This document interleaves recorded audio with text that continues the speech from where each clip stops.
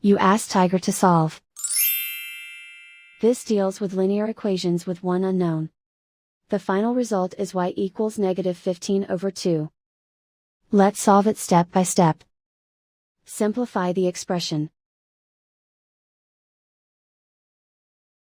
Group all constants on the right side of the equation. Add 9 to both sides. Group like terms. Simplify the arithmetic.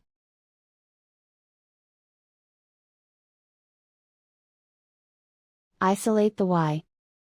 Divide both sides by -2. Cancel out the negatives.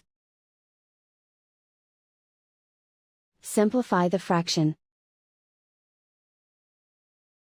Move the negative sign from the denominator to the numerator. And so the final result is y equals -15/2.